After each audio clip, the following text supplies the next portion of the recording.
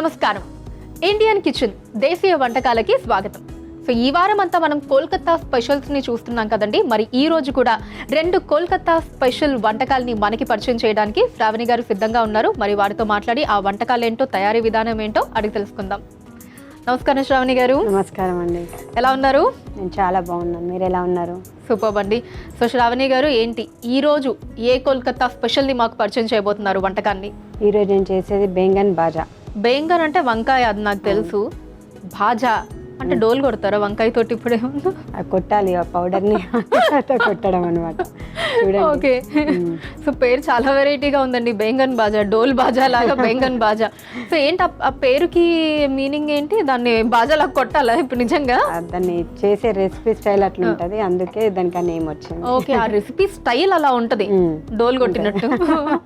అందుకే ఆ పేరు వచ్చిందంటారు. అంతే. సూపర్ అండి. సో మరి చూసేద్దామండి. ఓకే. సో బెంగన్ బాజాకి కావలసిన పదార్థాలు ఇప్పుడు చూద్దాం.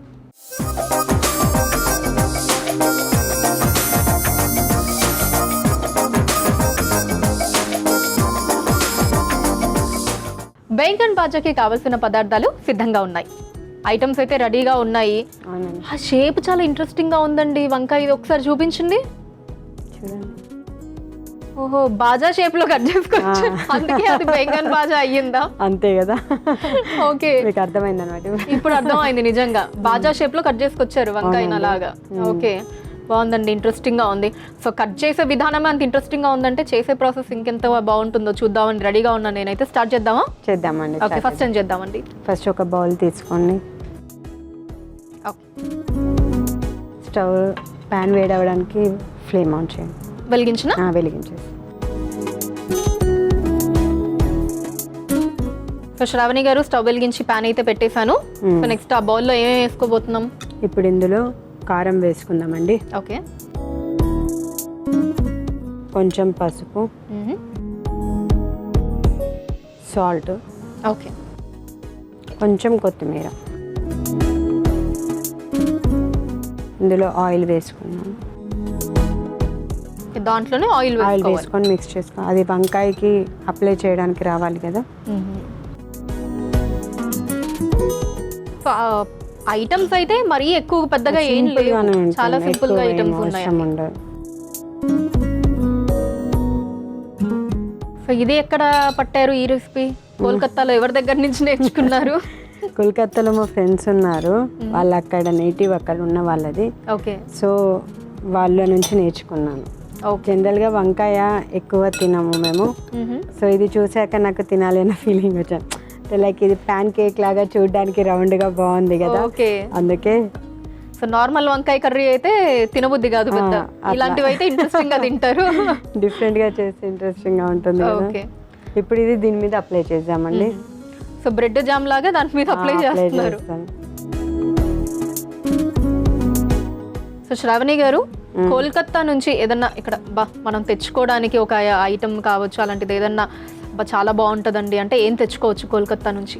కోల్కతా నుంచి అంటే జనరల్ అక్కడ షాపింగ్ బాగా చేసుకోవచ్చు.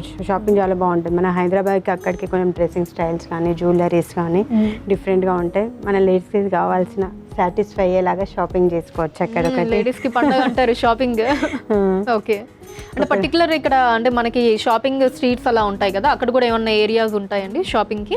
ఉంటాయి చాలా. ఇక్కడ ఇప్పుడు మనకు అక్కడ ఒకటి మీకు చెప్పాను కదా, బ్రిడ్జ్ ఉంటుంది అని చెప్పేసి, షౌరా బ్రిడ్జ్. అక్కడ నియర్ బై వచ్చేసి విక్టోరియా మెమోరియల్ అని చెప్పేసి ఉంటుంది. ఓకే. అది కంప్లీట్ ఏంటంటే మార్బుల్ స్టోన్. అక్కడ సరౌండింగ్ అన్ని ఇక్కడ దగ్గరనే ఉంటాయి అనమాట. అక్కడ ఇండియన్ మ్యూజియం కూడా ఉంటుంది. అది ఏంటంటే ఇండియాలో బిగ్గెస్ట్ అనమాట మ్యూజియం వచ్చేసి అది. ఇవన్నీ నియర్ బై దగ్గర ఉంటాయి. అక్కడ షాపింగ్ ఏరియాస్ చాలా ఉంటాయి. ఎక్కువ క్రౌడ్ వచ్చే ఏరియా అనేది చాలా బాగుంటుంది అక్కడ షాపింగ్ బాగా చేయొచ్చు. మనకి బాగా చేశారా మీరు కూడా? చాలా బాగా. లేడీస్ ఎక్కడికి షాపింగ్ అయితే ఆఫం కదా, కార్డులు మొత్తం గీకేసి ఉంటారు. అంతే. ఓకే. ఇప్పుడు ప్యాన్ వేడైపోయిందండి, ఆయిల్ వేసుకుందాం. ఓకే. ఆయిల్ వేసుకొని ఇది రోస్ట్ చేసుకోండి. ఓకే. సో ప్యాన్ మీద లైట్ గా ఆయిల్ వేసుకొని రోస్ట్ చేసుకుంటే సరిపోతుంది. వన్ సైడ్ చాలా అండి అప్లై చేస్తాను అటు కూడా. ఓకే.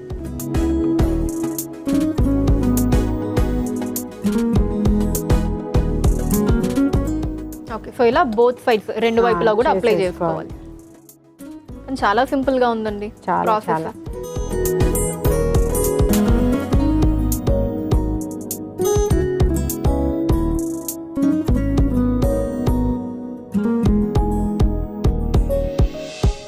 సో కాకపోతే ఇంకా దీనికి ఏంటంటే మనకి కంపల్సరీ పెద్ద వంకాయలే కావాలి. అంతే, పెద్ద వంకాయ అయితే బాగుంటుంది. పైనుంచి కూడా కొంచెం ఆయిల్ వేసుకుంటాం. ఓకే.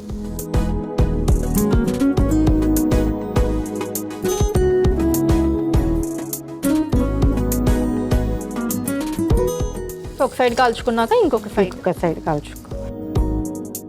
మళ్ళీ ఇంకొంచెం ఆయిల్ వేసుకుందాం. ఆయిల్ కొంచెం ఎక్కువనే వేసుకోవాలి, అప్పుడు ఓకే టేస్ట్ బాగుంటుంది. కొంచెం అందులో ఆయిల్ క్వాంటిటీ కూడా లాగా కాబట్టి ఆయిల్ ఎక్కువనే ఎక్కువ పడుతుంది. సో శ్రావణి గారు, కోల్కతా విశేషాలు ఇంకా ఏమేమి తెలుసుకున్నారు అక్కడ ఉండి? ఇంకా విషయాలంటే మన ఫ్రీడమ్ ఫైటర్స్ అనేది మోస్ట్ ఆఫ్ ది పర్సన్స్ అక్కడ నుంచి వచ్చిన వాళ్ళు అనమాట. లైక్ రవీంద్రనాథ్ ఠాగూర్ కానీ, నేతాజీ సుభాష్ చంద్రబోస్ అక్కడ మొత్తం ఆయన ఎడ్యుకేషన్ అంతా అక్కడే అయిందనమాట. నేతాజీ సుభాష్ చంద్రబోస్, రవీంద్రనాథ్ ఠాగూర్. మనకి నోబెల్ ప్రైజెస్ అక్కడ నుంచి వచ్చాయి కదా. రవీంద్రనాథ్ ఠాగూర్కి వచ్చేసి మనకి లిటరేచర్కి వచ్చింది నోబెల్ ప్రైజ్. ఇండియానే కాదు, ఏషియాలో ఫస్ట్ నోబెల్ ప్రైజ్ వచ్చింది రవీంద్రనాథ్ ఠాగూర్కి. అది ఒకటి గొప్పతనం లిటరేచర్. ఒకటి మదర్ తెరీసా అక్కడ నుంచి, తనకి కూడా పీస్కి వచ్చింది నోబెల్ ప్రైజ్.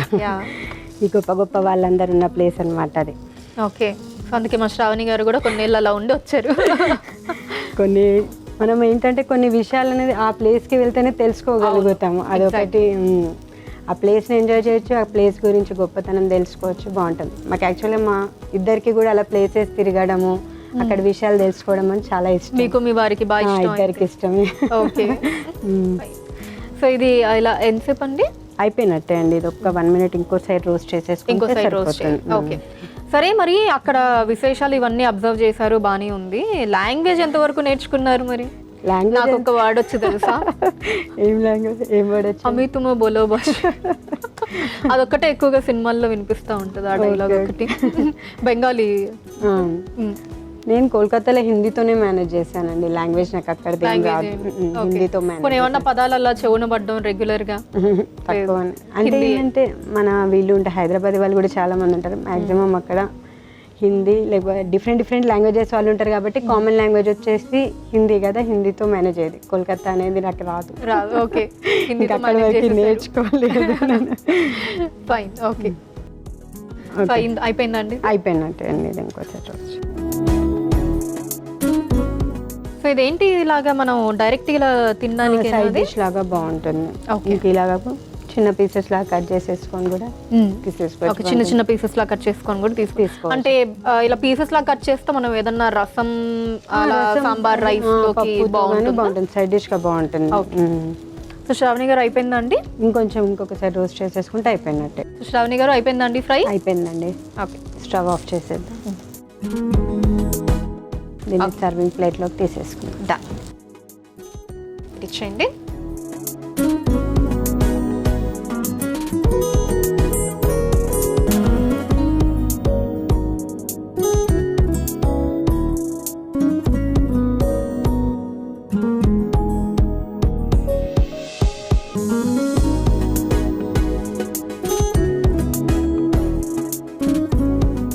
శ్రావణి గారు అంతేనా అండి?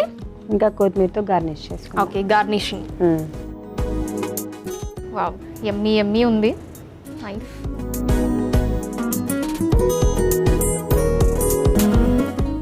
బెంగన్ బాజా రెడీ అయిపోయిందండి. దీనికి కావాల్సిన పదార్థాలు, తయారీ విధానం మరొకసారి చూసేయండి. బెంగన్ బాజాకి కావలసిన పదార్థాలు: పెద్ద వంకాయ, పసుపు, కారం, ఉప్పు, నూనె, కొత్తిమీర. బెంగన్ బాజా తయారు చేసుకునే విధానం: ముందుగా స్టవ్ ఆన్ చేసి తవా పెట్టి నూనె పోసి వేడి చేసుకోవాలి. ఇప్పుడు మిక్సింగ్ బౌల్లో కారం, పసుపు, ఉప్పు, కొత్తిమీర, నూనె పోసి కలిపి ముందుగా కట్ చేసుకున్న పెద్ద వంకాయ ముక్కలకి 2 వైపులా పట్టించి తవ్వాపై వేసి నూనెతో 2 వైపులా కాల్చుకొని సర్వింగ్ ప్లేట్లోకి తీసుకొని సర్వ్ చేసుకుంటే రుచికరమైన బెంగన్ బాజా రెడీ.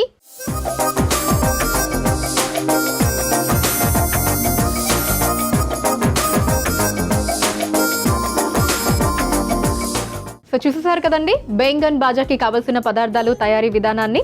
ఇక ఇప్పుడు టేస్ట్ చూసేద్దాం. శ్రావణి గారు టేస్ట్ చూసేద్దామా? చూసేద్దాం. ఓకే.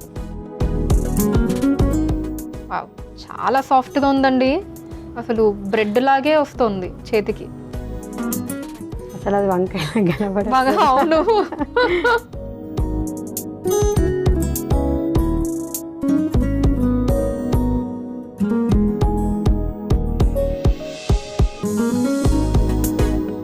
ఎంతో యమ్మీ ఉందండి. అసలు ఎంత సాఫ్ట్ ఉందో.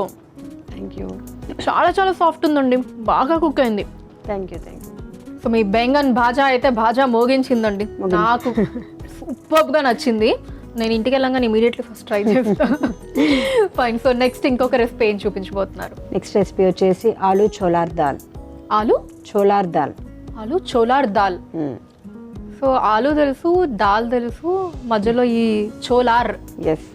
ఇదే కొంచెం కొత్తగా ఉంది. సో ఈ మూడు కలిపి ఇది కర్రీ అండి? ఇది కర్రీ టైప్ అండి. Curry type. ఓకే. మరి ఇంకెందుకు లేట్ చూసేద్దాం ఆ రెసిపీని కూడా. చూసేద్దామండి. ఓకే. సో ఆలు చోలార్ దాల్కి కావలసిన పదార్థాలు ఇప్పుడు చూద్దాం.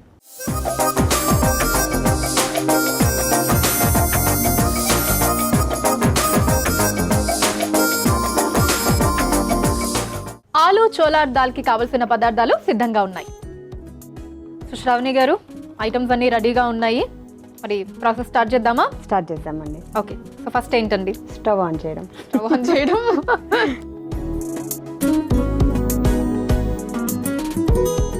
మళ్ళీ ఒక మసాలా ఫుడ్ ఐటమ్.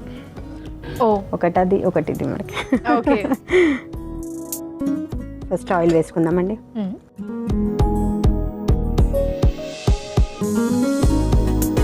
యాక్చువల్గా అక్కడ ఆలు చాలా తింటారు, అందుకే ఆలు రెసిపీస్ ఎక్కువగా ఉంటాయి. ఓకే.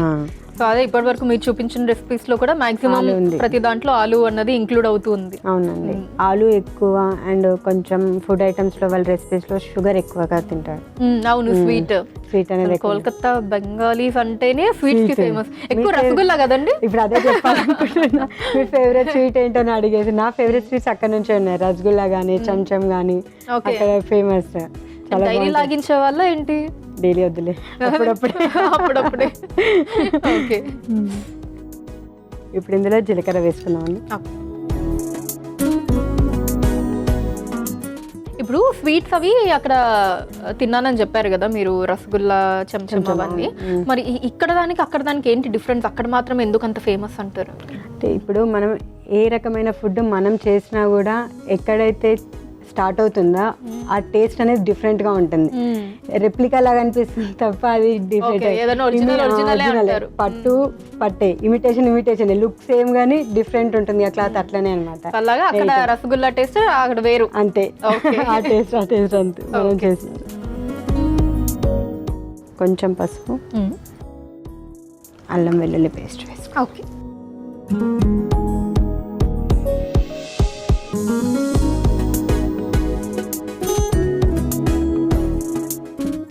ఇందులో కొంచెం ఇప్పుడు ఎండుమిర్చి వేసుకున్నాం. ఇప్పుడు టొమాటో వేసుకుందామండి. ఓకే. సో ఎండుమిర్చి వేసాము. నెక్స్ట్ టమాటా ముక్కలు వేసాము. టమాటాలు తొందరగా ఉడకడానికి కొంచెం సాల్ట్ వేసుకుందాం. ఓకే.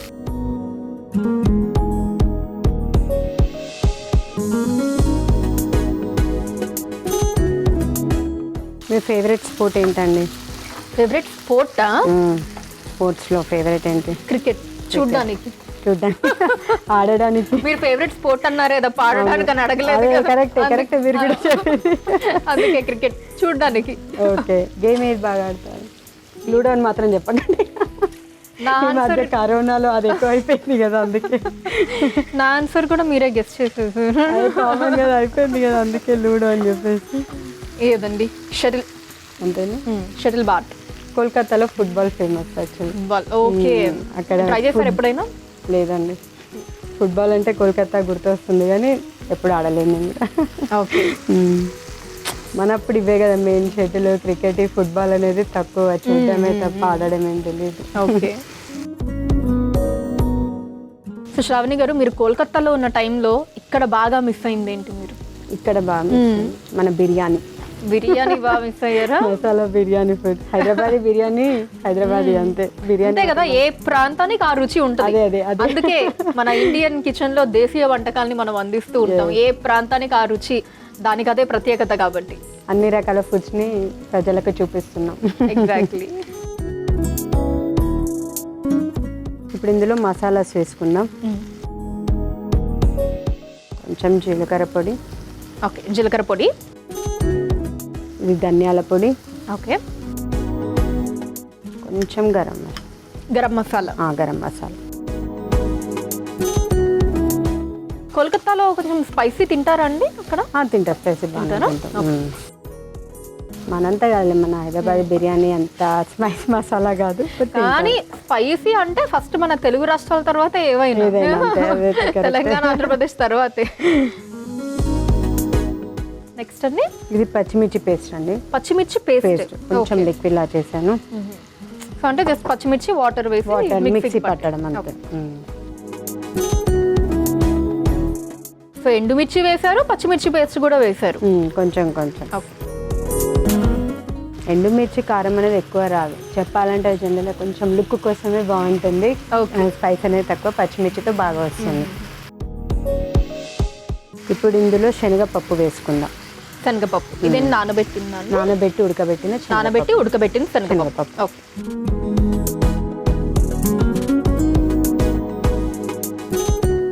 ఇది ఉడకడానికి ఒక 5 నిమిషాలు టైం పడుతుంది. అంటే శనగపప్పు ఆల్రెడీ ఉడకబెట్టింది, ఇవన్నీ కారాలు మసాలాలు పట్టాలంటే కొంచెం టైం పడుతుంది. ఓకే, ఎలా లిడ్ పెట్టుకోవాలండి? కొన్ని వాటర్ పోసి లిడ్ పెట్టుకుందాం. ఓకే,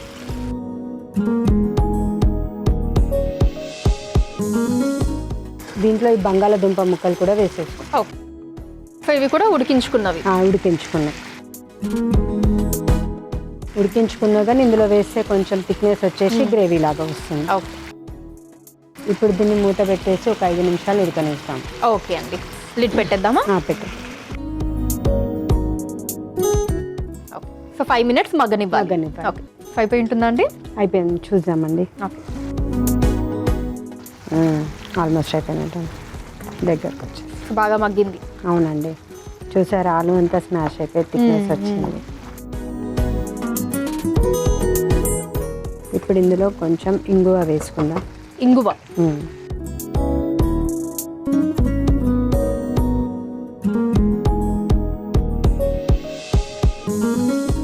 ఫైనల్గా నెయ్యి వేసుకొని స్టవ్ ఆఫ్ చేసేసుకున్నాం. ఇప్పుడు నెయ్యి లాస్ట్లో నెయ్యి వేసి, ఓకే, ఆ ఫ్లేవర్ బాగుంటుంది.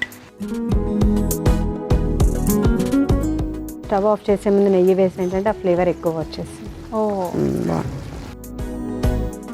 స్టవ్ ఆఫ్ చేసే ముందు నెయ్యి వేసుకోవాలి. ఇప్పుడు స్టవ్ ఆఫ్ చేస్తున్నాం. ఓకే, ఇప్పుడు దీన్ని సర్వింగ్ బౌల్లోకి తీసుకుందాం.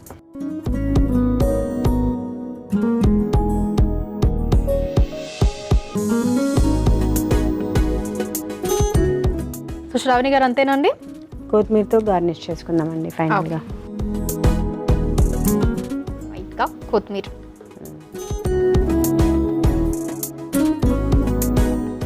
ఆలు చోలార్ దాల్ రెడీ అయిపోయిందండి. మరి దీనికి కావాల్సిన పదార్థాలు, తయారీ విధానం మరొకసారి చూసేయండి. ఆలు చోలార్ దాల్ కి కావలసిన పదార్థాలు: ఉడికించిన పచ్చిశనగపప్పు, పసుపు, ఉప్పు, నూనె, జీలకర్ర, ఎండుమిర్చి, బంగాళాదుంప ముక్కలు, ఇంగువ, అల్లం వెల్లుల్లి పేస్ట్, పచ్చిమిర్చి పేస్ట్, టమాటా ముక్కలు, ధనియాల పొడి, జీరా పొడి, నెయ్యి, గరం మసాలా. ఆలు చోలార్ దాల్ తయారు చేసుకునే విధానం: ముందుగా స్టవ్ ఆన్ చేసి పాన్ లో నూనె పోసి వేడయ్యాక అందులో జీలకర్ర, పసుపు, అల్లం వెల్లుల్లి పేస్ట్, ఎండుమిర్చి, టమాటో ముక్కలు, ఉప్పు వేసి మగ్గించుకోవాలి.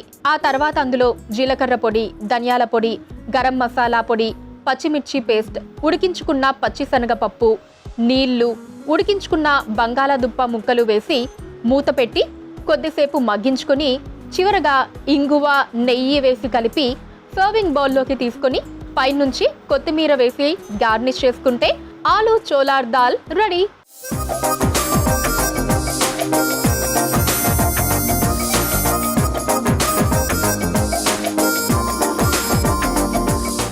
చూసేసారు కదండి ఆలు చోలార్ దాల్కి కావలసిన పదార్థాలు, తయారీ విధానాన్ని. ఇప్పుడు టేస్ట్ చేద్దాం.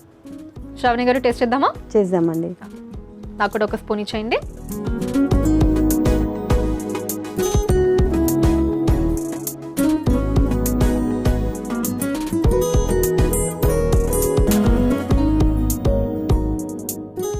నెయ్యి ఫ్లేవర్ మీరు ఏదైతే చెప్పారో అది యాజ్ ఇట్ ఈజ్ అలా తగులుతోంది. మీకు ఎలా అనిపించింది? నేను అన్నట్టు లాస్ట్ మూమెంట్లో స్టవ్ ఆఫ్ చేసి ముందు వేస్తే ఆ ఫ్లేవర్ అనేది ఎక్కువగా వస్తుంది, అందుకే నెయ్యి ఫ్లేవర్ చాలా బాగా వచ్చింది లాస్ట్కి. సో రెండు కూడా సూపర్బ్ రెసిపీస్ని, కోల్కతా స్పెషల్ రెసిపీస్ని మాకు పరిచయం చేసినందుకు thank you so much Shravani garu. Thank you Anusha. So చూసారు కదండి, రెండు కోల్కతా స్పెషల్ వంటకాలు బెంగన్ బాజా అండ్ ఆలు చోలార్ దాల్ చాలా బాగున్నాయి. మీరు కూడా ఖచ్చితంగా ట్రై చేయండి. సో చూసారు కదండి, రెండు సూపర్ కోల్కతా రెసిపీస్ ని. రేపు కూడా ఇలాంటి రుచికరమైన మరో రెండు కోల్కతా రెసిపీస్ తోటి మీ ముందుకు వచ్చేస్తాము నేను శ్రావణి గారు. అంతవరకు సెలవు, నమస్కారం.